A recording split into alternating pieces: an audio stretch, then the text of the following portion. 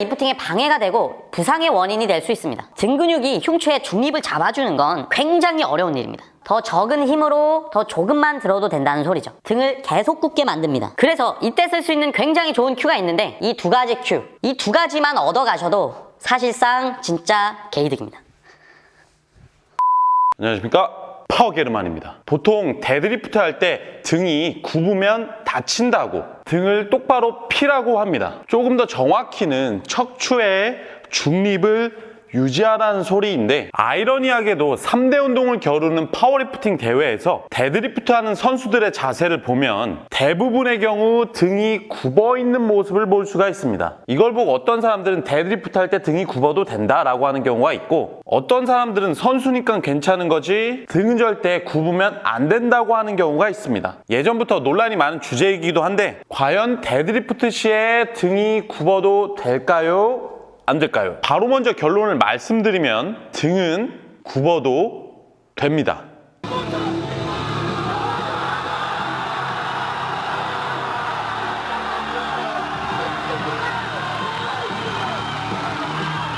조금 더 정확히 말하면 허리, 요추는 굽어지면 안 되지만 등의 상부, 흉추는 어느 정도 굽어져도 됩니다. 그리고 사실 흉추가 굽어지면 오히려 좋은 몇 가지 장점들이 있습니다. 이걸 리프팅에서는 라운드백이라고 따로 부르는 용어가 있습니다. 등이 굽어지지 않은 걸 플랫백이라고 하고요. 리프팅 선수들의 등이 굽어지는 이유가 있어요. 보통 헬스장에서는 데드리프트 할 때 등이 조금만 굽어져도 트레이너분들한테 한 소리 듣는 게 기본이라서 이게 대체 무슨 소린가 하는 분들도 계실 텐데, 제가 이번 영상에서 데드리프트 시에 대체 왜 라운드백, 등이 굽어져도 괜찮은지, 그리고 라운드백을 하는 게 무슨 장점이 있는지 한번 설명드려 보도록 하겠습니다. 들어보시고 도움이 되셨다면 구독과 좋아요 부탁드리겠습니다.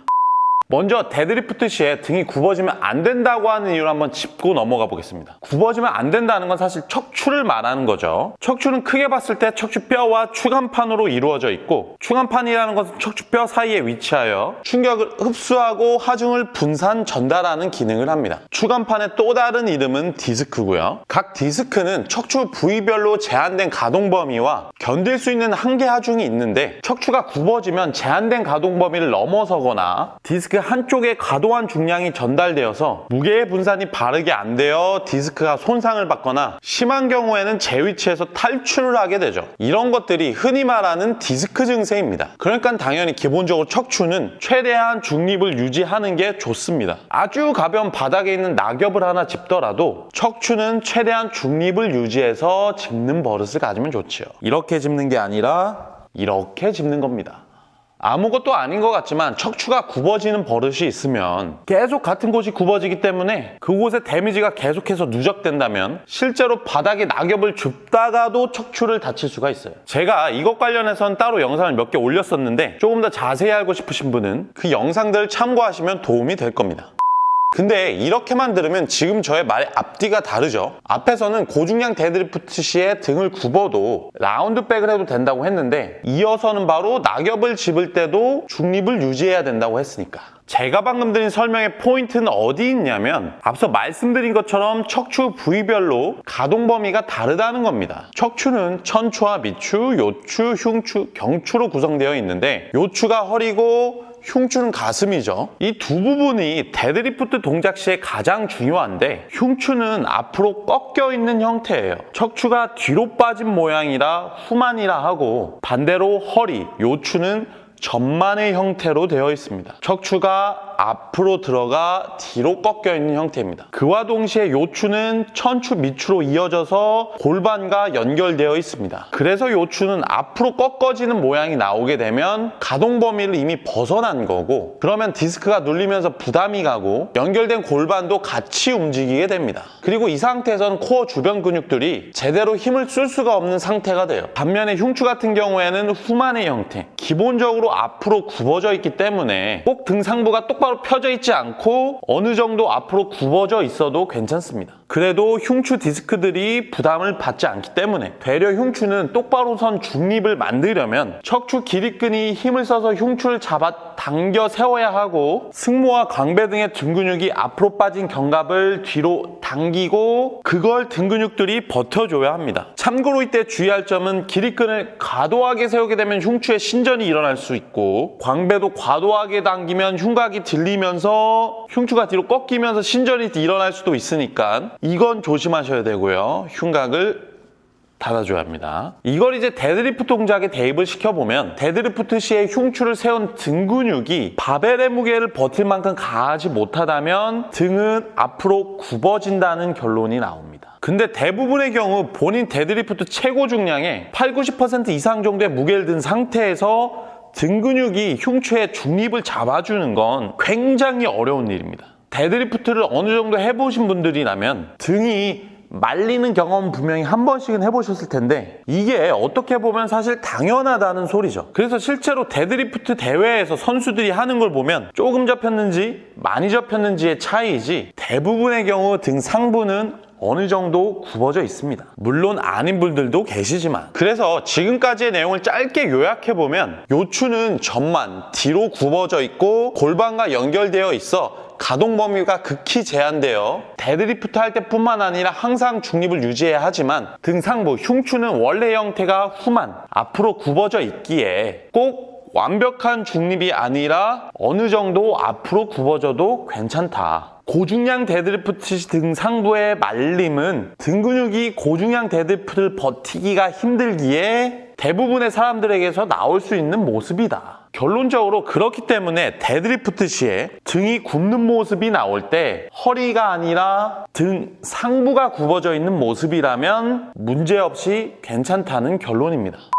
그런데 이때 리프팅을 하는 입장에서는 선택할 수 있는 방법이 두 가지가 있겠죠. 첫 번째는 플랫백으로 데드리프트 하는 법, 즉 등이 안 말리게 등 근육을 강화하는 법. 두 번째는 라운드백으로 데드리프트 하는 법, 즉 등이 말리는데 기술적으로 잘 많은 법. 등이 안 말리게 등 근육 강화하는 법은 다음 영상에서 한번 다뤄보도록 하겠고 지금은 앞서 말씀드린 것처럼 어떻게 기술적으로 잘 많은지 라운드백에 대해 말씀드려 보겠습니다. 그리고 이것이 데드리프트 시에 어떤 장점이 있는지, 왜 대다수의 리프터들은 등을 말고 있는지. 데드리프트 시에 등을 많은 선택을 한 첫 번째 이유는 등 근육을 강화하는 훈련을 하더라도 데드리프트 기록을 시도할 때 등이 안 말린다는 보장이 없습니다. 얼마나 해야 등이 안 말린다는 것도 알기 힘들고요. 그러니까 굳이 등이 안 말리게 노력을 안 하는 거죠. 게다가 등의 중립이 어느 정도 나오더라도 정말 완벽하게 이루어지지 않는다면 리프팅을 하는 과정에서 등 상부가 조금이라도 굽어지겠죠? 그러면 오히려 예상치 못한 지점에서 자세가 무너지니까 리프팅에 방해가 되고 부상의 원인이 될 수 있습니다. 근데 등 상부, 흉추가 말리면 라운드백을 하면 사실 리프팅을 조금 더 효율적으로 할 수 있습니다. 데드리프트는 바벨을 위로 들고 힙도 위로 올라가는 동작의 운동이지만 리프팅을 하는 사람의 입장에서는 힙을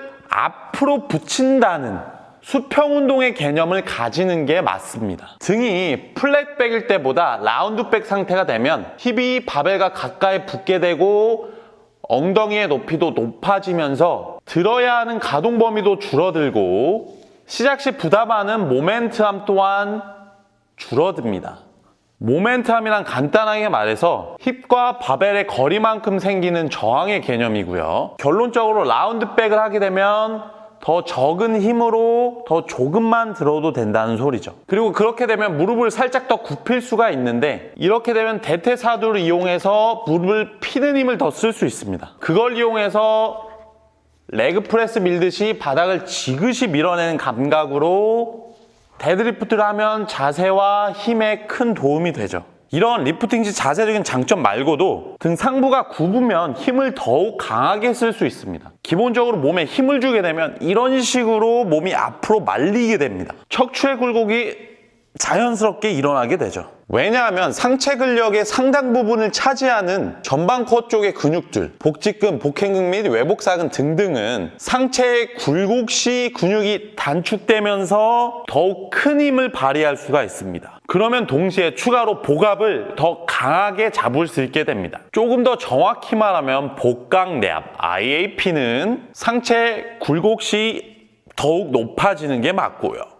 눌리게 되니까 쉽게 말하면 복압은 이렇게 잡는 것보다 이렇게 잡아야 훨씬 강하고 흔들림이 없고 처음부터 흉곽이 무너질 공간을 제거할 수 있어요. 스쿼트 시에도 보면 척추 중립이라고 말하지만 고중량 바벨 어깨에 지게 되면 실제로 흉곽은 자연스럽게 어느 정도 굽어지면서 전방 코어와 복압에 기대는 자세가 됩니다. 고중량 스쿼트 시에 언렉을 해서 걸어 나온 동작을 보면 대부분의 경우 복압에 기댄 듯한 이런 자세로 걸어 나오죠. 이렇게 걸어 나오는 경우는 없어요. 지금 설명한 걸 또 한마디로 요약하자면 등 상부를 말게 되면 상체에 예기치 못한 무너짐을 막으면서도 복압을 강화하여 전방 코어의 힘을 더욱 강하게 할 수 있다. 이렇게 정리할 수 있겠네요.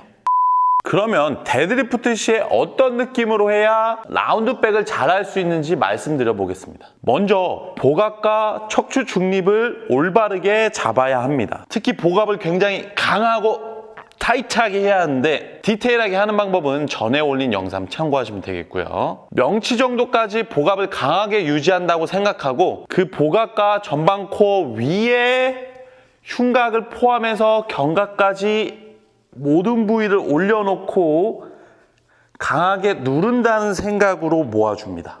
그러면 복압이 흐트러지지 않는 이상 아무리 무거운 바벨을 잡아도 상체는 더 이상 무너질 공간이 없는 것이죠. 복압으로 모든 것을 버티기 때문에 무너질 공간이 없습니다. 이때 사람들이 제일 많이 실수하는 게 있는데 견갑과 어깨를 앞으로 빼고 늘어주면서 등 근육이 함께 늘어나는 것이에요. 일단 한번 늘어나기 시작한 근육들은 고중량 바벨을 들게 되면 계속 늘어나면서 등을 계속 굽게 만듭니다. 등은 리프팅 시작 이후에는 더 이상 굽어져서는 안 돼요. 그래서 이때 쓸 수 있는 굉장히 좋은 큐가 있는데 광배근을 아주 강하게 눌러서 양쪽 주머니에 넣는다 라는 감각을 끝까지 유지하셔야 됩니다. 광배가 주머니에 들어가 있는 상태에서 앞으로 굽는 거예요. 그래야만 아무리 무거운 바벨 들어도 상체가 더 이상 앞으로 굽어지지가 않아요. 근데 광배가 빠지면은 계속해서 늘어나게 되겠죠?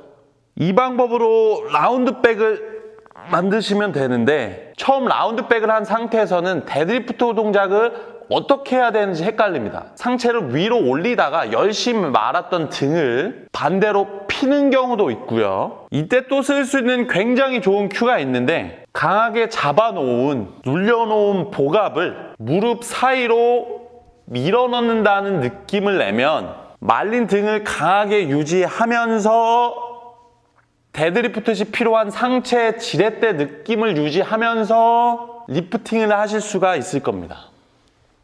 복압을 다리 사이로 밀어넣는 느낌으로 상체 지렛대를 유지하는 거예요. 사실 이 영상을 여기까지 보신 분들이라면 이 두 가지 큐, 광배근을 양쪽 주머니에 넣고 그 상태에서 잡아놓은 복압을 무릎 사이로 넣는다. 이 두 가지만 얻어가셔도 사실상 진짜 개이득입니다. 이렇게 해서 데드리프트 시에 등이 말리면 왜 부상을 당하는지 어떻게 해야 잘 마는 건지 말씀을 드렸는데 장점만 나열드렸지만 라운드백이라는 게 숙련자가 아니면 제대로 해내기가 쉽지가 않고 처음 바닥에서 뽑는 건 쉽지만 등을 굽힌 만큼 마지막 락아웃 지점에서 또다시 펴야 되기 때문에 바벨이 무릎을 지나서는 플랫백보다 힘이 더 필요합니다. 그래서 이 허벅지가 길거나 바닥에서는 잘 뽑는데 마지막에 피는 힘이 약한 사람들에게는 오히려 안 좋을 수도 있어요. 그렇지만 본인이 해보기 전까지는 나에게 잘 맞는지 안 맞는지 판단하기가 쉽지 않기 때문에 본인이 어느 정도 척추 중립과 복압에 숙련이 되어 있는데 데드리프트 라운드백을 안 해보신 분들이라면 연습을 해볼 필요가 있죠. 이번 영상은 여기까지 하겠습니다. 긴 영상 시청해주신 분들 감사드리고 도움이 되셨다면 구독과 좋아요 부탁드리겠습니다. 다음에 더 좋은 영상으로 찾아뵙도록 하겠습니다. 이상 파워게러먼이었습니다. 감사합니다.